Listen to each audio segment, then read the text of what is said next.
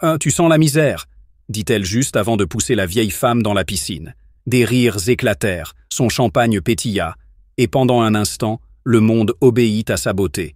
Elle ignorait que la femme qu'elle humiliait était la gardienne de tout ce dont elle se vantait. Elle ignorait que la piscine qui avait trempé cette vieille robe allait plus tard submerger tout son avenir. Avant de continuer, aimez, partagez et abonnez-vous si vous pensez que la classe ne se porte pas, elle se voit. Plongeons maintenant dans l'histoire. Yama se prélassait sous un large parasol blanc, les jambes parfaitement croisées, un bracelet de cheville en diamant illuminant le soleil de midi. Elle sirotait un jus fraîchement pressé dans un verre en cristal, tel un calice royal, ses ongles vernis brillant sur le verre. Autour d'elle, le domaine était fleuri, haies luxuriantes, statues de marbre, un bassin bleu scintillant s'étendant comme ses douves privées. Aux yeux de tous, elle ressemblait à une reine, et elle se comportait comme telle. Elle était arrivée dans la vie de Lucas Moreau 2 ans auparavant, éblouissante, ambitieuse et toujours prête à être photographiée. L'héritier milliardaire était tombé rapidement. Tandis que Lucas voyageait et travaillait sur des affaires à travers le monde, Yama profitait pleinement des avantages. Chef privé, chauffeur, vêtements de créateur. Elle ne se contentait pas de savourer le luxe, elle le revendiquait. « Assurez-vous que les serviettes soient en coton égyptien cette fois-ci », lança-t-elle à un membre du personnel de maison. Celles de la semaine dernière ressemblaient à des serviettes d'hôtel.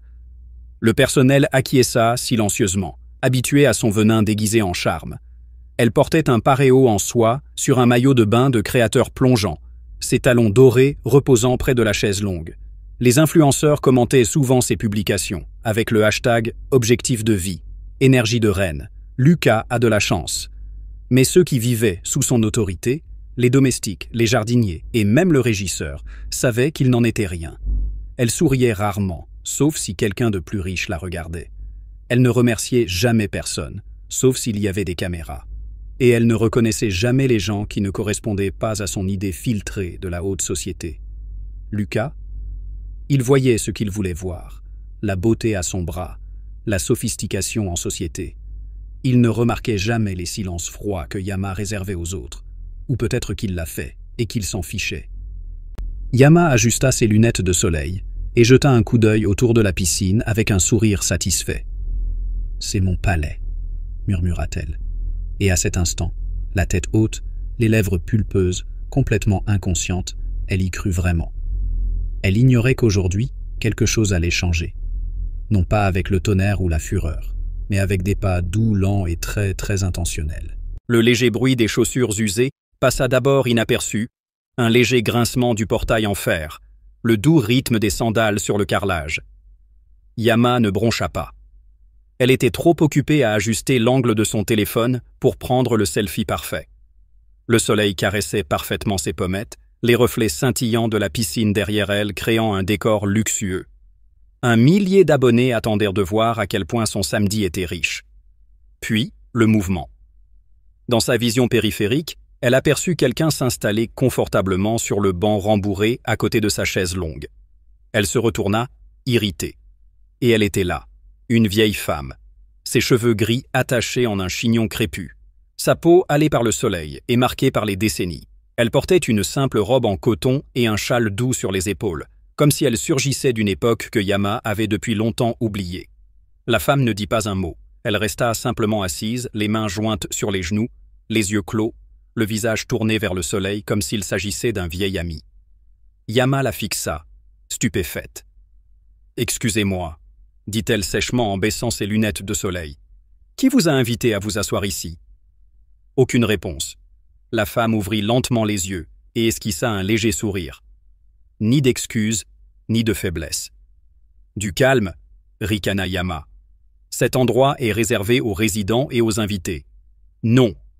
Elle fit un geste de la main. « Les grands-mères des jardiniers. » La femme restait assise. Yama jeta un coup d'œil autour d'elle. Pas de personnel, pas de Lucas, pas de témoins. Son irritation se transforma en quelque chose de plus sombre. La présence de la femme, si immobile, si déplacée, lui semblait une insulte personnelle à son univers bien organisé. Comme si ce silencieux inconnu avait osé exister dans son cadre.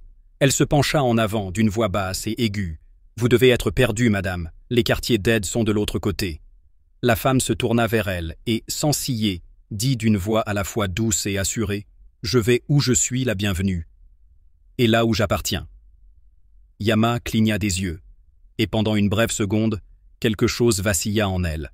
Ni la peur, ni le respect, mais la confusion. Pourtant, la fierté ne s'arrête pas.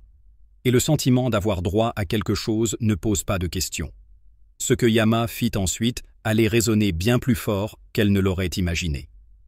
Dès l'arrivée des amis de Lucas, la performance de Yama commença. Ils affluèrent par le patio latéral. Des hommes en chemise de lin repassés, des femmes en bikini brillant et lunettes de soleil surdimensionnées. Elle trinque et lance des compliments comme des confettis. « Yama, tu es rayonnante. Ce domaine est tout droit sorti d'un film. » Yama affichait un large sourire, le genre de sourire dénué de chaleur, seulement empreint de puissance. Elle posait, riait et s'assurait que tout le monde la voit sous son meilleur jour. Mais la vieille femme restait assise là, toujours silencieuse.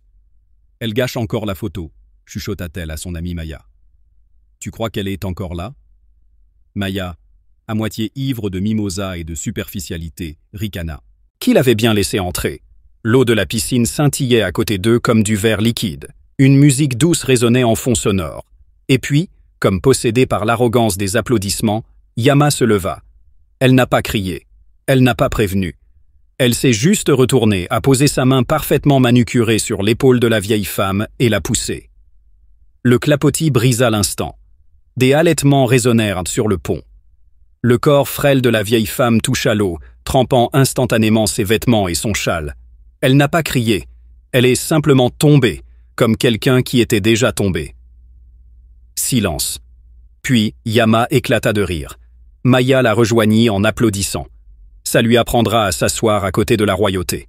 D'autres ricanèrent nerveusement, incertains de ce qu'ils venèrent d'observer. Le personnel, à l'autre bout du domaine, se figea, hésitant entre courir et faire semblant de n'avoir rien vu.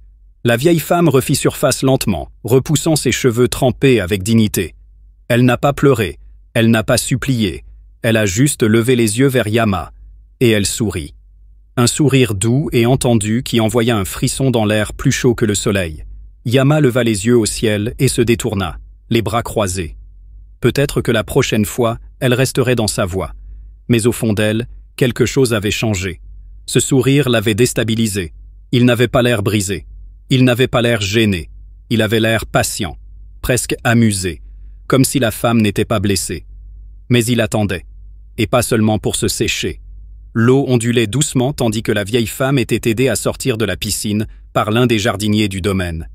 Son châle trempé collait à sa silhouette frêle, et ses cheveux gris tombaient en mèches sur son front. Pourtant, elle ne frissonnait pas, elle ne criait pas, elle ne versa pas une larme. Elle se tenait droite, l'eau ruisselant de sa longue jupe. Sa dignité n'était pas entamée par les rires qui persistaient encore faiblement parmi les invités. Le jardinier, tremblant, lui offrit une serviette. Elle la prit en silence, se tapotant le visage comme si elle revenait d'une promenade de midi et non d'une enfant gâtée qui la bousculait comme une ordure. Yama se renversa en arrière avec un sourire suffisant. La prochaine fois, elle y réfléchira à 2 fois, murmura-t-elle à Maya. Mais dès que la vieille femme se tourna vers elle, le silence retomba. Ce regard. Ce n'était ni de la colère ni de la tristesse. C'était le genre de regard que l'on pouvait lire chez quelqu'un qui avait vu plus de choses en une vie que Yama ne pouvait imaginer. Un regard qui la pesait et la trouvait d'une légèreté embarrassante. La vieille femme ne parlait pas, elle n'en avait pas besoin. Son regard passa de Yama à Maya, puis à chaque invité qui avait regardé sans rien faire. Puis elle se retourna. Ses chaussures mouillées craquèrent, tandis qu'elle passait devant les cabanons, descendait le chemin de pierre et se dirigeait vers l'entrée arrière du domaine. Ce n'était pas la porte des invités, mais la porte privée. Un des serveurs la lui ouvrit sans hésitation. Yama fronça les sourcils. « Pourquoi a-t-il fait ça ?» murmura-t-elle. Maya la regarda. Peut-être était-il désolé, mais même elle ne semblait pas convaincue. Les rires s'étaient tus. Plus personne n'applaudissait. La musique continuait de jouer en fond sonore, mais l'énergie avait changé, comme à la veille d'un orage. Yama ricana et se servit un autre verre, essayant d'ignorer les regards gênés. Elle s'était probablement faufilée à l'intérieur, se dit-elle, plus pour elle-même que pour quiconque. Vieille chauve-souris désespérée. Mais quelque chose dans le silence de cette femme la hantait plus que 1000 insultes ne l'auraient fait. Ce n'était pas la chute qui la déstabilisait, c'était la façon dont la femme se relevait, comme si on l'avait déjà poussée, comme si elle avait survécu à pire, comme si elle lui avait déjà pardonné. Et cela la rendait dangereuse. Le grondement d'une élégante Aston Martin noire s'engageant dans l'allée circulaire rompit le silence gêné qui planait encore sur le domaine. Les têtes se tournèrent. Certains murmurèrent, mais Yama se redressa aussitôt, ses lèvres brillantes s'étirant en un sourire. Finalement, elle respira, lissa ses cheveux et se leva pour le rejoindre. Lucas sortit de la voiture, toujours vêtu d'un élégant blazer bleu marine, issu de sa réunion du conseil d'administration, le visage impassible. Le majordome se précipita pour l'accueillir, mais Lucas ignora tout le monde, scrutant l'assemblée du regard. « Où est ma mère ?» demanda-t-il d'un ton neutre. Yama se figea. Son sourire vacilla. Les invités se regardèrent, incertains de savoir qui allait prendre la parole. Elle sortit par la porte latérale. Quelqu'un finit par murmurer. Le visage de Lucas s'assombrit. Il se tourna lentement vers Yama, la mâchoire serrée. Que s'est-il passé? Yama força un rire, époussetant les peluches invisibles de sa robe. « Ah ça !» dit-elle d'un ton léger. Une vieille dame a essayé de faire comme si elle était à sa place. Elle s'est assise à côté de moi comme si nous étions égales. Elle a secoué ses cheveux. Alors je lui ai donné une petite leçon de savoir-vivre à la piscine. Lucas a cligné des yeux. « Une vieille dame inconnue ?»« Oui, mon chéri, » dit-elle doucement en posant une main sur son bras. Elle était bizarre, probablement une parente du personnel. Elle n'avait même pas sa place ici. Lucas recula, le visage désormais tonitruant. « Cette vieille dame, » dit-il lentement, « est ma mère. » Le silence s'installa dans tout le jardin. La main de Yama retomba. « Quoi ?» murmura-t-elle. « Tu as poussé ma mère dans la piscine, » continua Lucas, la voix plus forte. « Devant tous ces gens, pour être assis à côté de toi ? Attends, je ne savais pas. » Yama balbutia, prise de panique. Elle avait l'air si banale, elle ne se présenta pas.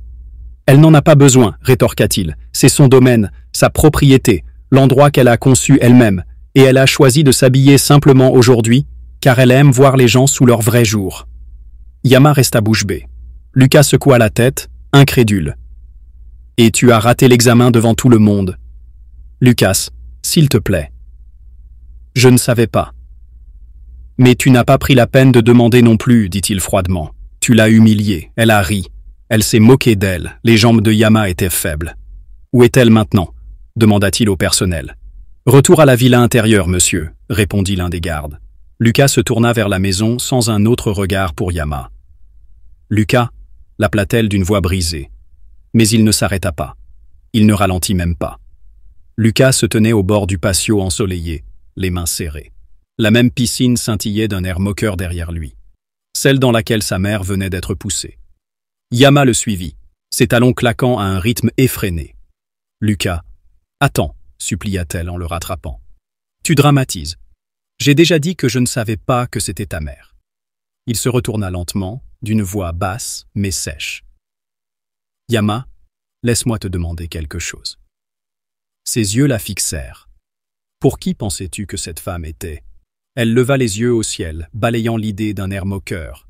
Une vieille fouineuse, probablement une nounou à la retraite ou la femme d'un jardinier qui voulait fréquenter les riches. Lucas cligna des yeux, incrédule. « C'est bien ce que tu supposais, sans un mot de bienvenue ou de respect. Regardez comme elle s'habillait. » Yama protesta, de plus en plus sur la défensive. Sandales usées, écharpe délavée, chemisier chiné dans une friperie. Si elle voulait être prise au sérieux, elle n'aurait pas dû ressembler à une femme de chambre oubliée. La mâchoire de Lucas se serra. Il s'approcha. « Cette femme, » dit-il. Chaque mot, lent et tranchant, a plus de classe dans le pli de ses mains que dans toute votre garde-robe de créateur. Yama en eut le souffle coupé. Lucas. C'est la cofondatrice de l'empire immobilier familial, l'associée de mon père, mon mentor, et la femme qui a littéralement construit ce domaine de ses propres mains quand j'étais enfant. Chaque carreau de marbre, chaque arche, chaque œuvre d'art avec laquelle tu poses, elle les a choisis. Je les ai payés. J'ai supervisé leur installation. Yama pâlit. Il n'avait pas fini. Elle s'habille simplement parce qu'elle privilégie le contenu hostile. Elle n'affiche pas sa richesse. Elle laisse l'héritage parler pour elle. Il marqua une pause. Et aujourd'hui, elle est venue observer en silence, de voir la femme que son fils chérissait. Les lèvres de Yama tremblèrent. « Lucas, s'il te plaît, comment étais-je censé savoir tout ça ?» Il n'a pas bronché. « Tu n'étais pas censé savoir. Tu étais juste censé être gentil. » Yama déglutit difficilement. Pour une fois, sa beauté ne pouvait la protéger. Le scintillement de ses boucles d'oreilles était lourd. Inutile. Lucas détourna le regard un instant comme pour calmer la tempête qui régnait dans son regard. Quand il se retourna, sa voix était encore plus froide. « Ce n'est pas seulement ma mère, c'est l'actionnaire majoritaire du groupe Lucas. Et après ce qu'elle avait vu aujourd'hui, il secoua la tête. Je ne pense pas que cette relation, ni ta présence dans notre monde, survivront à cette heure. » Yama resta figé. La vérité avait fait surface. Et elle était plus profonde que toutes les intrigues qu'elle aurait pu imaginer. Des années plus tôt, dans une suite privée surplombant les collines du domaine de Greystone, le jeune Lucas était assis en face de sa mère, Evelyn Hawthorne. Ses cheveux argentés commençaient déjà à transparaître sous sa couleur brune naturelle, mais sa posture restait droite, majestueuse. Une femme qui avait bâti des empires avec audace plutôt qu'avec bruit. « Mon fils », dit-elle en sirotant son thé, « un jour tu seras entouré de gens qui sourient quand tu es là, mais ricanent quand tu te retournes. La seule chose plus bruyante que la richesse, c'est le silence qui suit le caractère. » Lucas se pencha en avant. « C'est pour ça que tu ne sors jamais en robe de créateur comme les autres ?» Evelyn sourit. « Je pourrais porter de la soie, mais la soie ne m'a jamais appris qui était réel. Le dénime, lui, l'a fait. » Il a ri. « Tu es quelqu'un d'exceptionnel, maman. Je suis quelqu'un que le monde comprend souvent mal, » répondit-elle. « Et j'ai bien l'intention de continuer ainsi. C'est pourquoi, dès qu'une nouvelle personne s'approche de moi, je la teste. Discrètement, sans titre. Pas de garde, juste moi. Vieux, ridé et invisible aux yeux des arrogants. » Lucas haussa un sourcil. « Tu les testes. » Elle hocha la tête. « Les gens oublient la gentillesse quand ils croient que vous ne valez rien. Et ceux qui échouent ne méritent pas une place à votre table, aussi éblouissant soit-il sous la lumière. » C'est ce principe qui a poussé Evelyn à entrer seule au bord de la piscine ce matin-là. Elle avait entendu assez de rumeurs sur Yama. Sa beauté, son charme, son influence en ligne. Les tabloïds la surnommaient la future Madame Lucas Hawthorne. Evelyn la qualifiait de non vérifiée. Ainsi, vêtue d'un chemisier crème uni, d'un pantalon ample en lin et de sandales délavées par le temps, Evelyn entra dans le domaine sans se faire annoncer. Les gardes savaient qu'il valait mieux ne pas l'arrêter. Personne ne le fit. Elle passa devant des voitures de luxe, ignora les murmures des invités trop habillés et prit un bain silencieux à côté de la jeune fille, scintillante au bord de la piscine. Elle ne dit rien. Elle n'en avait pas besoin. Elle attendait simplement d'être vue, d'être reconnue. Mais au lieu de cela, elle fut bousculée, moquée, et laissée ruisselant d'eau chlorée sous les caméras qui continuèrent de tourner. De retour au présent, Lucas se tenait seul dans le couloir du manoir, les yeux fixés sur une vieille photo encadrée au mur. On y voyait Evelyn, 20 ans plus jeune, aux côtés de son père, tandis qu'il commençait les travaux de construction. Ses mains étaient calleuses, son regard fixé. Elle n'avait aucun bijou au poignet, seul un plan roulé dans une main et une pelle dans l'autre. Elle n'avait jamais eu besoin de prouver sa puissance. Elle l'avait conçu. Et maintenant, une fois de plus, son test avait fait son effet. Yama, la reine autoproclamée du domaine, venait de l'échouer de façon spectaculaire. Yama se tenait près de la colonne de marbre, les bras croisés contre sa poitrine. Ses lunettes de soleil de créateur se dressaient désormais comme une couronne inutile sur sa tête. Sa voix s'était tue depuis que Lucas avait révélé qui était vraiment la vieille femme. Lucas ne cria pas. Il n'en avait pas besoin. Son silence la serrait comme un mur, plus lourd que tous les cris qu'elle avait jamais endurés. Il a fini par craquer. « Tu pensais vraiment embarrasser un vieux bon à rien ?» Sa voix était calme, mais froide. Yama croisa les bras plus fort. « Comment aurais-je pu le savoir ?» Elle est entrée comme une femme de ménage. Personne n'a rien dit. Lucas a incliné la tête, presque incrédule. « Exactement. Et tu n'as même pas pris la peine de demander. » Elle a changé de position. « Attends. Tu dis sérieusement que c'était ta mère ? Habillée comme ça. » Lucas hocha lentement la tête. « Oui, Yama, cette femme que tu as poussée dans la piscine, cette femme dont tu t'es moqué devant tout le monde. C'est Evelyn Hawthorne. ma mère, la véritable propriétaire de ce domaine. La mâchoire de Yama tremblait légèrement. Je croyais que tu avais dit que cet endroit t'appartenait. Il rit doucement. Mais il n'y avait aucun humour là-dedans. Juste une amertume qu'elle n'avait jamais vue auparavant. J'habite ici, mais je ne le possède pas. Pas encore. Il s'approcha d'une vitrine près du mur, en sortit un dossier et le lui tendit. Vas-y, lis-le. Elle l'ouvrit, les mains tremblantes. À l'intérieur se trouvaient des documents. Des certificats d'actionnariat, des registres de propriété foncière, grand livre de l'entreprise. Le même nom apparaissait sans cesse. Evelyn A. Hawthorne, actionnaire majoritaire, présidente, fondatrice. Tu plaisantes, murmura-t-elle en clignant des yeux. Lucas recula. Non. Elle a commencé avec un seul immeuble d'appartement à l'âge de 30 ans. Elle a travaillé à 3 emplois pour le financer. Au cours des 3 décennies suivantes, elle a fait de Hawthorne Estates ce qu'il est aujourd'hui. Les piscines, les tours, les clubs de luxe, la société d'investissement. Tout. Yama ouvrit les lèvres, muette. Elle possède 65% de l'empire, ajouta-t-il. J'ai une participation, oui. Je suis son fils. Mais je n'ai pas mérité ce qu'elle a mérité. Je n'hérite de rien que je ne puisse gérer avec humilité. Yama baissa de nouveau les yeux vers les papiers. Ses mains tremblaient. Et c'est pourquoi, poursuivit Lucas, elle arrive aux événements avec une apparence qui ressemble à tout le monde, parce qu'elle veut voir si les gens respectent les cadeaux sans prestige, s'ils peuvent traiter une personne comme un être humain sans qu'on lui dise qui elle est. Yama déglutit. Lucas, je ne savais pas. Il l'interrompit. La voix est plus aiguë maintenant. C'est ça le problème. Tu n'as pas voulu savoir. Tu n'as rien demandé. Tu n'as pas réfléchi. Tu l'as regardé et tu as vu quelqu'un qui ne méritait pas ton espace. Et tu le lui as fait ressentir, devant tout le monde. Le silence s'est installé comme de la poussière. Je t'ai amené ici pour voir si tu aurais ta place dans ma vie, dit Lucas en reculant. Mais aujourd'hui, tu as prouvé que tu ruinerais tout ce que ma mère a construit. Il se retourna et se dirigea vers l'entrée. Yama resta figée, ses papiers toujours en main. Mais aucune couronne ne pouvait la sauver désormais. Lucas, attends. La voix de Yama se brisa tandis qu'elle le suivait en titubant, serrant toujours les papiers comme une bouée de sauvetage.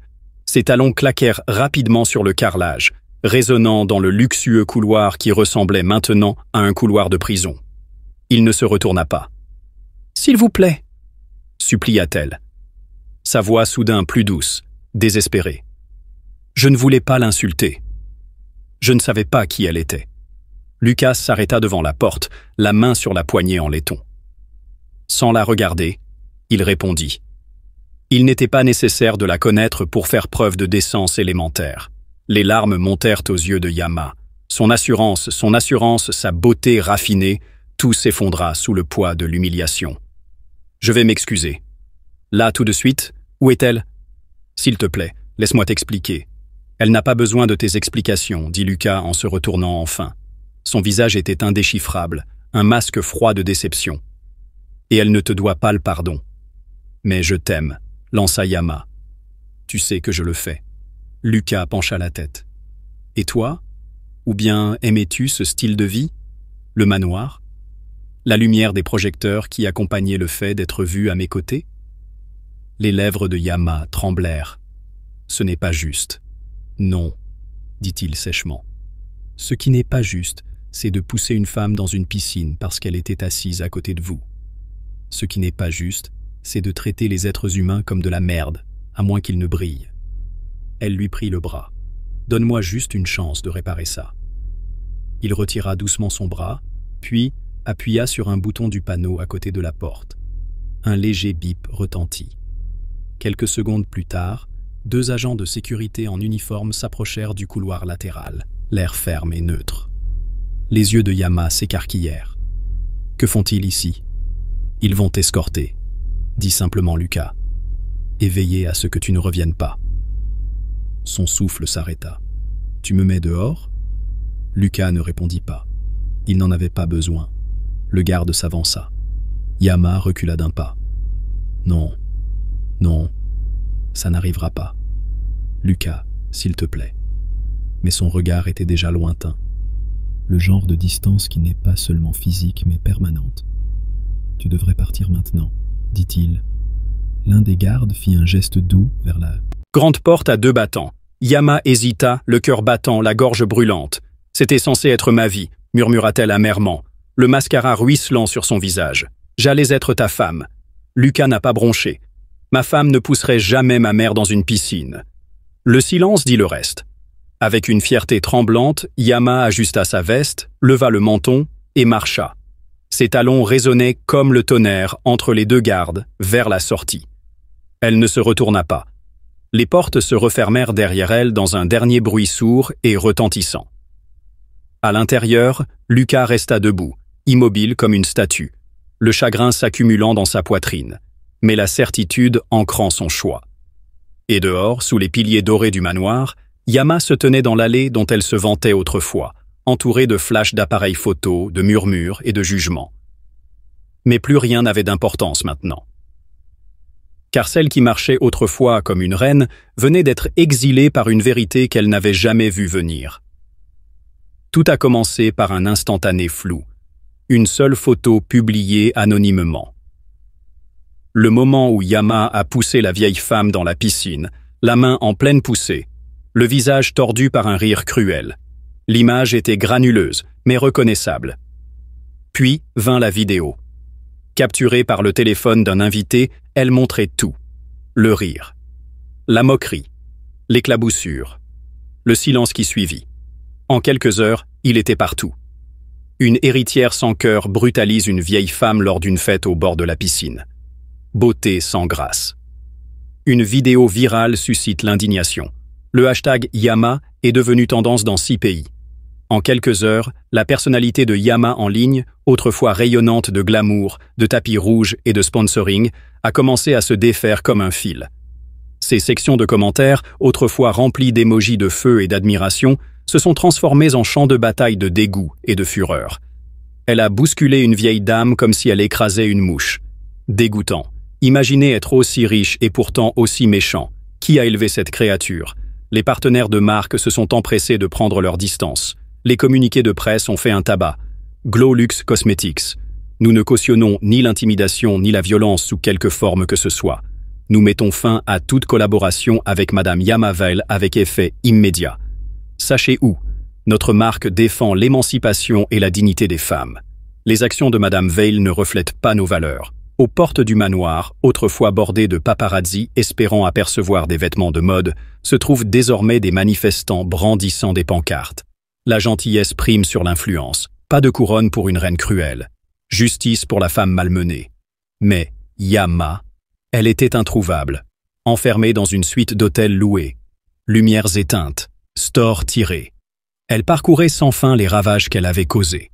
La voix de chaque présentateur était la même. Sévère. Désapprobatrice. Tous les influenceurs avec qui elle posait autrefois publièrent désormais des messages vagues de dissociation et des désabonnements discrets. Même le spa de luxe où elle avait filmé des dizaines de vidéos de soins de la peau avait publié une déclaration subtile. « Nous valorisons la gentillesse par-dessus tout. » Elle jeta son téléphone sur le lit, les doigts tremblants. « C'est impossible. » Mais c'était le cas. Et pire encore, personne ne venait la sauver. Lucas n'a pas appelé. Ses agents ont cessé de répondre.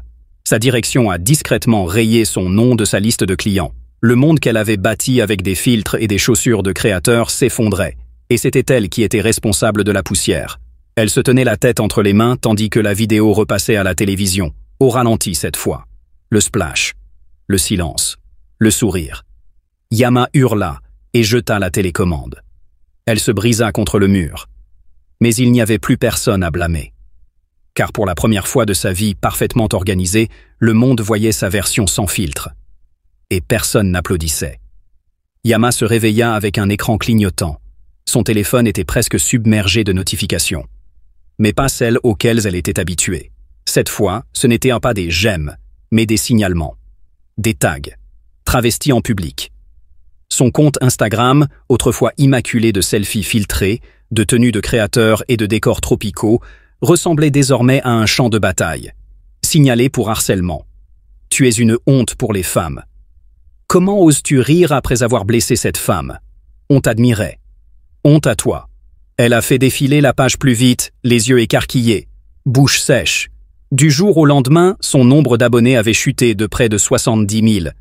Et ce n'était pas seulement le public, c'était les marques. Le premier email provenait de Velours Vogue, son soutien le plus lucratif. Objet, résiliation du contrat.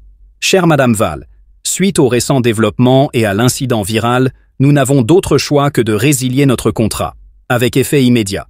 Veuillez supprimer tout contenu lié à Velours Vogue dans les 48 heures pour éviter toute action en justice.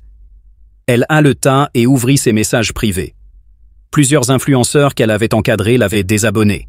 Certains ont même publié des citations énigmatiques sur la façon d'observer les puissants tomber avec grâce. Puis est arrivé le message de Crystal Lee's Jewels, la marque de diamants avec laquelle elle venait de lancer une campagne. Ceci est un avis officiel. Tout matériel promotionnel à votre image sera retiré de nos plateformes. Nous ne renouvellerons pas notre contrat.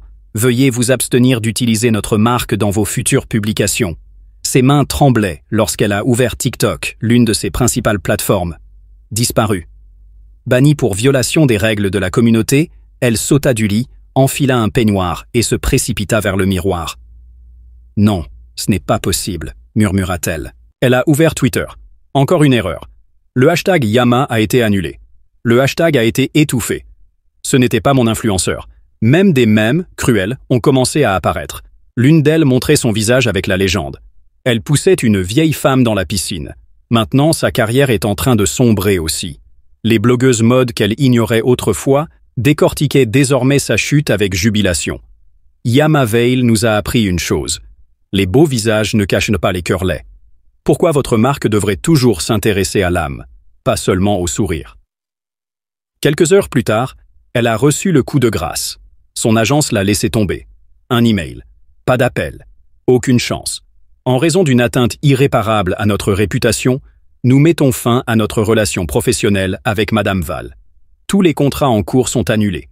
Nous lui adressons nos meilleurs vœux de réussite. Elle s'effondra au sol, les murs de sa luxueuse suite lui semblant soudain une cage. Les sacs de créateurs étaient éparpillés autour d'elle. Les cadeaux de marque avaient disparu. Elle semblait inutile maintenant. Un poids mort. Son univers tout entier tournait autour de la beauté, de l'accès et du statut. Mais rien de tout cela ne pouvait la protéger de ce moment. Elle avait bâti sa carrière sur l'image. Et par un acte cruel. Elle s'est effondrée. Elle a rampé jusqu'à son ordinateur portable pour essayer de se connecter à son compte Instagram. Elle a saisi le mot de passe. Votre compte a été temporairement suspendu pour enquête. Les larmes lui montèrent aux yeux. Non, non, je peux arranger ça. Mais Internet avait déjà pris sa décision. La fille qui riait tandis qu'une vieille femme se noyait de honte voyait maintenant son empire se noyer avec elle. À la fin de la semaine, le nom de Yama Veil était devenu un avertissement et non une marque. Le buzz autrefois flatteur qui la suivait lors des soirées festives, des afters et des galas mondains s'était tu. Même son attaché de presse avait cessé de répondre à ses appels. Sa boîte mail, autrefois remplie d'invitations VIP, d'articles de presse et d'offres de collaboration, était désormais muette. Et lorsqu'elle a enfin reçu une notification, ce fut un nouveau refus.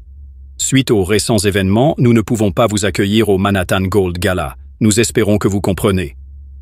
Coordinatrice événementielle, Luminera PR. Elle fixa le message, stupéfaite. Le Manhattan Gold Gala avait été son terrain de jeu ces 3 dernières années.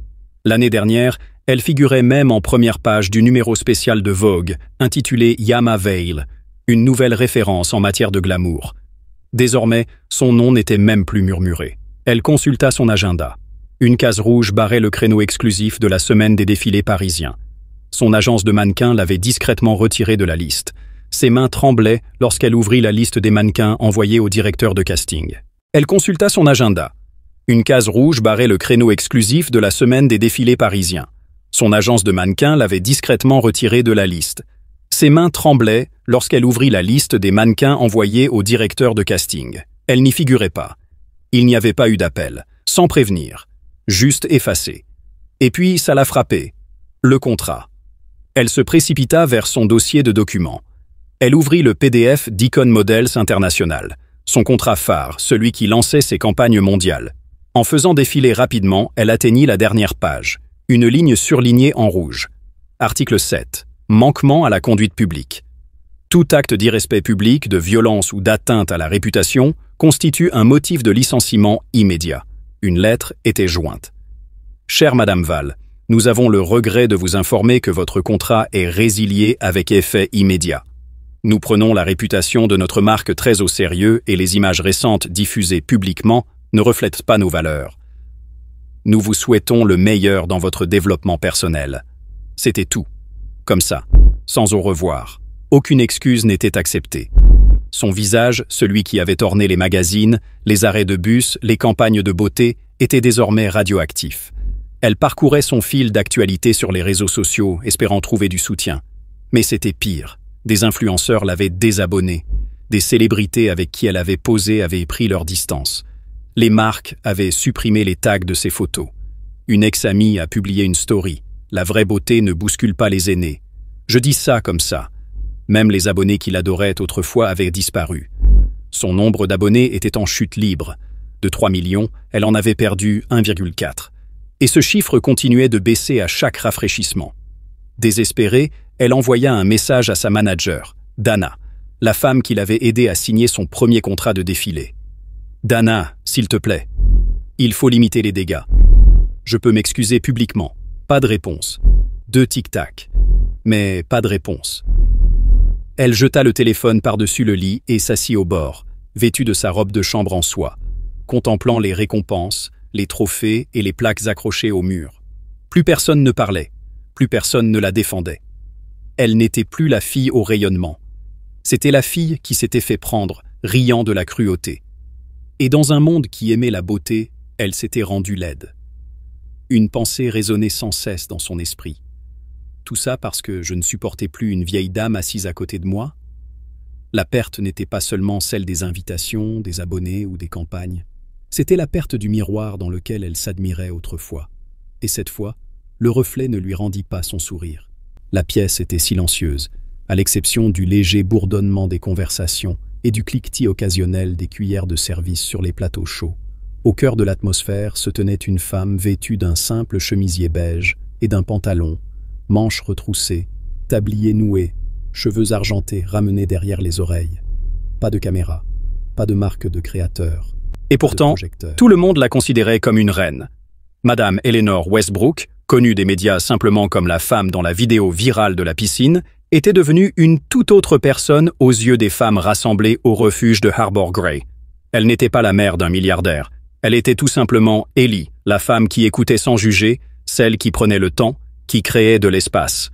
Le mardi, elle servait à manger. Le jeudi, elle animait des cercles thérapeutiques. Et chaque matin, elle arrosait le jardin à l'arrière, un projet qu'elle avait lancé pour aider les femmes à trouver la paix. « Madame Ellie », demanda une jeune femme d'une voix timide, « comment faites-vous pour rester aussi calme après tout ça ?» Eleanor sourit et posa une main douce sur son épaule. « Parce que les tempêtes ne vous coulent pas quand on apprend à flotter. Et j'ai des années de pratique. » Ils ont tous ri. Non pas parce que c'était drôle, mais parce qu'ils savaient que c'était vrai.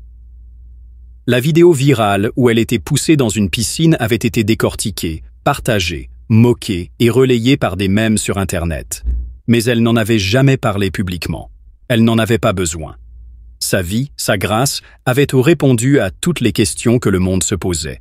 Et il n'a pas fallu longtemps pour que d'autres suivent son exemple. Les journalistes locaux, qui écrivaient autrefois des titres à attrape-clic, sont revenus l'interviewer, non pas pour des ragots, mais pour en savoir plus. « Pourquoi avez-vous choisi de garder le silence, Madame Westbrook ?» lui a demandé l'un d'eux lors d'un bref forum communautaire. Sa réponse a été simple, parce que le silence est parfois plus éloquent que la défense, et parce que la dignité ne s'oppose pas au bruit. Les femmes du refuge l'adoraient non pas pour son nom, mais pour sa présence. Elles se souvenaient des anniversaires. Elle se rappelait qui préférait la camomille à la menthe. Elle parlait moins et écoutait davantage. Et de temps à autre, quand quelqu'un fondait en larmes ou doutait de sa valeur, Eleanor se penchait et disait doucement « Tu es bien plus que l'instant qui a tenté de te noyer ». Elle avait autrefois été humiliée aux yeux du monde. Mais maintenant, elle était la preuve que la sagesse flotte. Et ceux qui la connaissaient ne voyaient pas une femme jetée à l'eau. Ils voyaient une femme qui s'en relevait, plus forte, plus calme et intouchable. Lucas franchit discrètement les portes du refuge de Harbor Grace, les mains dans les poches, la tête légèrement penchée.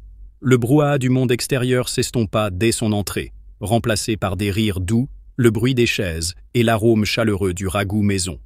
C'était paisible, une leçon d'humilité. Il n'était pas venu ici depuis des années. Un bénévole le remarqua et sourit. Cherchant mademoiselle Ellie, il hocha la tête.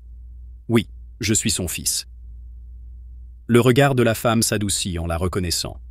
Elle était dans le jardin. Lucas suivit le chemin qui menait à l'arrière, passant devant des bancs usés et des jasmins en fleurs, jusqu'à ce qu'il la voie, agenouillée près d'un parterre de fleurs, tassant délicatement de la terre fraîche autour des racines d'une petite plante. Son cœur se serra à cette vue. Pas de manoir, pas de salle de réunion. Juste sa mère, les mains sales, le regard bienveillant, s'occupant de la vie comme si elle avait encore besoin de son aide. « Maman », dit-il doucement. Elle leva les yeux, essuya la sueur de son front et sourit. Ce même sourire qui le réconfortait depuis son enfance. « Lucas », dit-elle en se levant, « je ne t'attendais pas aujourd'hui. Il fallait que je vienne, » répondit-il en s'approchant. « Je voulais juste te remercier. » Elle pencha la tête. « Pourquoi, chérie ?» Il déglutit difficilement. « Pour ne jamais jouer leur jeu. Pour avoir laissé les gens te sous-estimer. Pour avoir vu les gens, pas les performances. Tu as toujours vu à travers les masques, même quand j'en portais un. » Éléanore observait son fils avec douceur. « Tu as choisi tes proches, mais tu as ensuite sacrifié tes biens pour les apparences. Je sais, » dit-il, la voix lourde de culpabilité.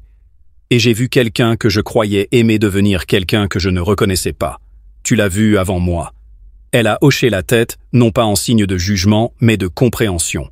« Tu n'as pas besoin d'expliquer, » dit-elle. « Parfois, il faut une chute pour voir qui a été stable depuis le début. » Lucas soupira. « Je l'ai laissé t'insulter, t'humilier, et tu ne t'es jamais déchaîné. »« Je n'en avais pas besoin, » dit Éléanore en se retournant vers ses plantes. « Le monde a sa façon de révéler les caractères. La vérité refait toujours surface, comme l'huile sur l'eau. » Lucas s'agenouilla à côté d'elle, l'aidant à creuser un petit trou pour la prochaine fleur.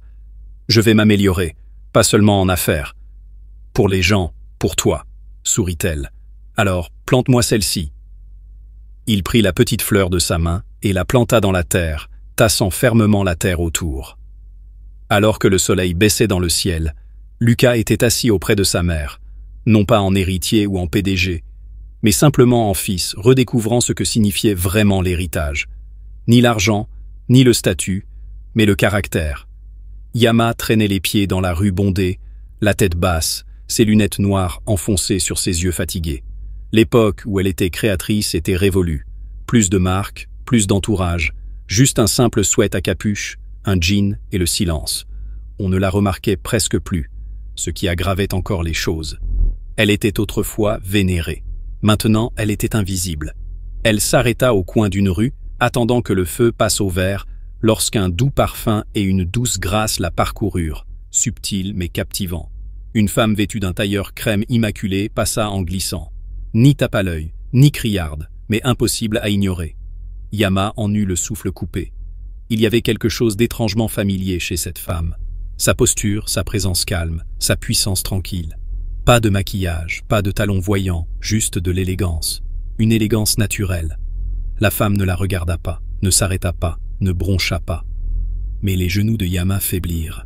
Alors que la femme traversait la rue, la lumière du soleil éclaira brièvement son visage. Et c'est là que Yama le vit. Ses pommettes, les yeux sages, la grâce inimitable. C'était elle, la vieille femme qu'elle avait poussée, sauf qu'elle n'était pas vieille du tout. Raffinée, radieuse, Renée, Éléanore. Yama fit un pas tremblant en arrière, le cœur battant la chamade, les lèvres entr'ouvertes d'incrédulité. La femme qu'elle raillait autrefois, publiquement et cruellement, avait désormais l'air digne de figurer en couverture d'un magazine international.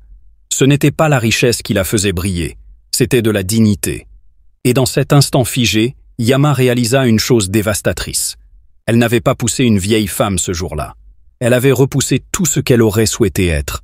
Le feu changea. Éléanore continua son chemin. Et Yama resta, seul, invisible, et se noyait dans l'écho de son propre reflet. La piscine du motel ondulait à peine. Pas de musique, pas de rire. Juste le léger bourdonnement d'un climatiseur qui luttait contre la chaleur. Yama était assise sur une chaise en plastique à la peinture écaillée, les jambes croisées. Une canette de soda tiède dégoulinait de condensation à côté d'elle.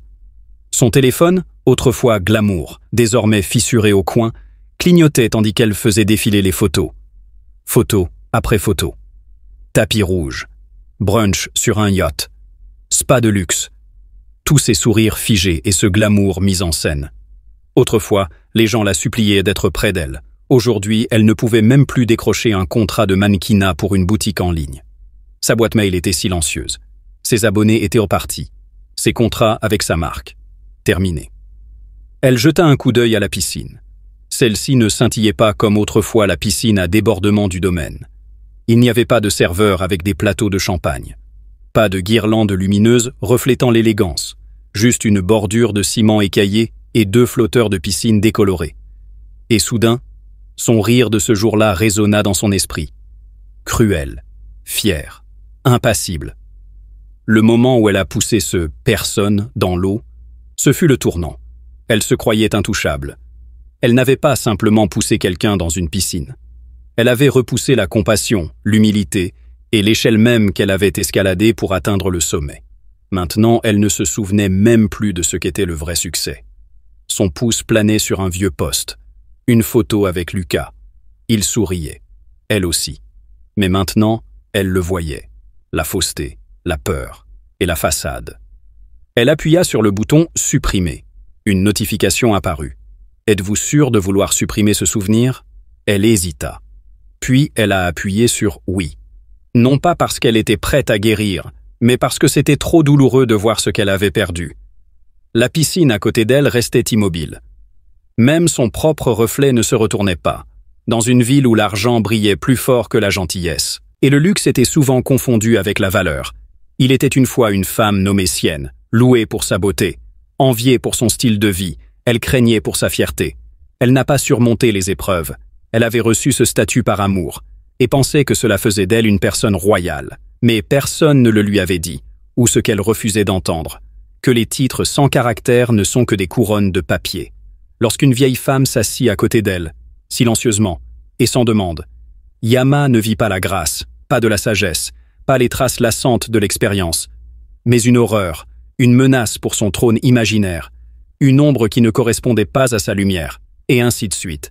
Elle rit, et poussa, directement dans la piscine, juste au moment où tout ce qu'elle avait construit sur un terrain plat allait être noyé, à cause de cette vieille femme, trempée et silencieuse. C'était bien plus que ce que l'on pouvait voir. Elle était l'architecte de l'Empire, la mère de l'héritier, le cœur battant de la maison. Là où Yama portait des diamants pour se sentir puissante, la vieille femme portait l'humilité. Et cela les a tous éclipsés. Les excuses de Yama sont arrivées trop tard, parce que des excuses faites par honte. Pas de changement, aucun poids. Les caméras l'ont capturée. Le monde réagit. Les portes se refermèrent derrière elle. Et lentement, tout s'est estompé. Les abonnés, les soutiens, l'identité qu'elle s'était construite sur l'approbation. Tout a disparu. Maintenant, on parle d'elle non pas avec admiration, mais avec avertissement. On ne souligne pas son physique, mais sa chute. Une chute qui a commencé par une cruelle poussée, et s'est terminée par une réflexion amère au bord de la piscine d'un motel. Parce qu'en fin de compte, la piscine, pensait-elle, la rendait supérieure. C'est lui qui lui a enfin révélé qui elle était vraiment.